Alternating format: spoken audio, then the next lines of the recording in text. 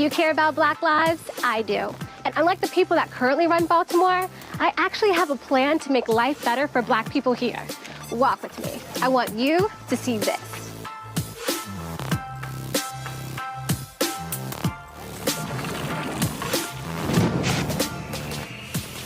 I'm Kim Klacik. This is Baltimore, the real Baltimore. This city was once among the most prosperous, populated, and powerful cities in America. So what happened? Our leaders abandoned us and Baltimore fell into ruin. But it doesn't have to be this way. None of this has to be this way. A broken Baltimore does not have to be our future. And that's why I'm running for Congress, because I see the city differently. I walk the streets of Baltimore and see what could be. I want you to see what I see. I see Baltimore that picks up trash. There are piles of garbage all around Baltimore. It makes life unsafe for our families. I'll work with city leaders to get Baltimore's Solid Waste Bureau the resources it needs to take out the trash. Our streets should be a reflection of our leaders. Clean, not dirty. Much of our trash gathers in abandoned homes. There are over 17,000 abandoned buildings in Baltimore. They are a scar on the face of our city. I will support tax credits and incentive programs to give residents a chance to buy and rehabilitate these homes. Everyone deserves a safe community and a chance at home ownership.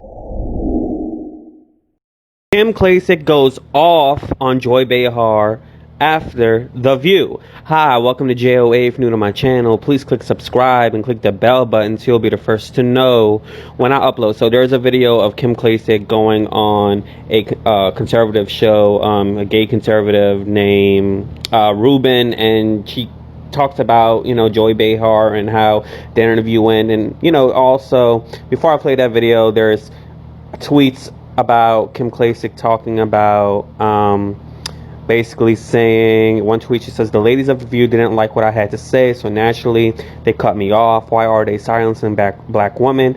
Hey, Joy Behar, I think your white privilege is showing through your black face."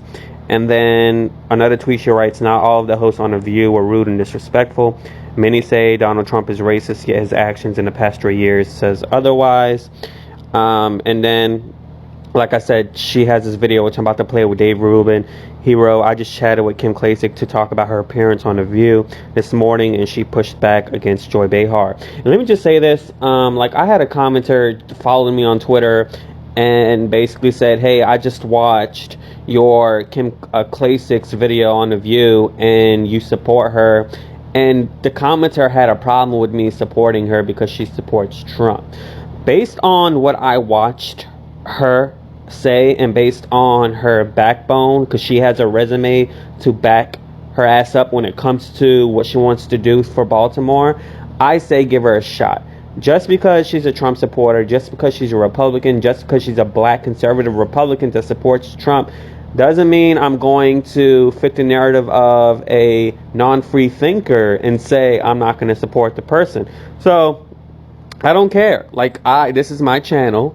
I do what the hell I want to do. If I want to say that Kim Klacik should run for Baltimore and make it better, I can, because the Baltimore murder rate has not gotten better, especially in 2015 factually. It has gotten up ever since that situation with the police officer and that black man, Freddie Gray, who was rudely treated, allegedly, by the police officers and ended up dying because of the police officer. So the mayor has done nothing. It's horrible in crime over there. And I say give this woman a chance, who has spent so many years in Baltimore, who has a nonprofit organization that helped within 4 years, helped 200 women, get up on their feet, and 30% of those women were financially independent. So why not give this woman a shot? What does Baltimore have to lose, considering the fact over these, many number of years, they faced so many messed up situations? So what I'm going to do is I'm going to play her response clip, and then I'm going to come back with some more. For you to basically chastise me about what Trump has done for the black community, and especially coming from Joy Behar, I thought, you're number one, not in Baltimore. You don't live in one of these dangerous cities, and you're not black. And so I just thought, how could you basically tell me how I should be feeling in this situation? I'm on the ground every single day. My team is out there 7 days a week knocking doors. We register voters 5 days a week. And so I wanted to talk about all the great grassroots things we were doing as Republicans. And I talked about this in my RNC convention speech. Republicans usually write off the inner cities. And so I wanted to talk about the fact that we're actually providing an option for inner city communities. And it just kind of went left. So I do agree with what she said. In my opinion, she was respectful. I watched the whole interview on Dave Rubin's show. I mean, you can watch it as well. I believe it's about 11 minutes long. And she talks about how the booker on The View sent her 20 questions. And she said there's going to be like 5 out of the 20 questions that are going to be asked.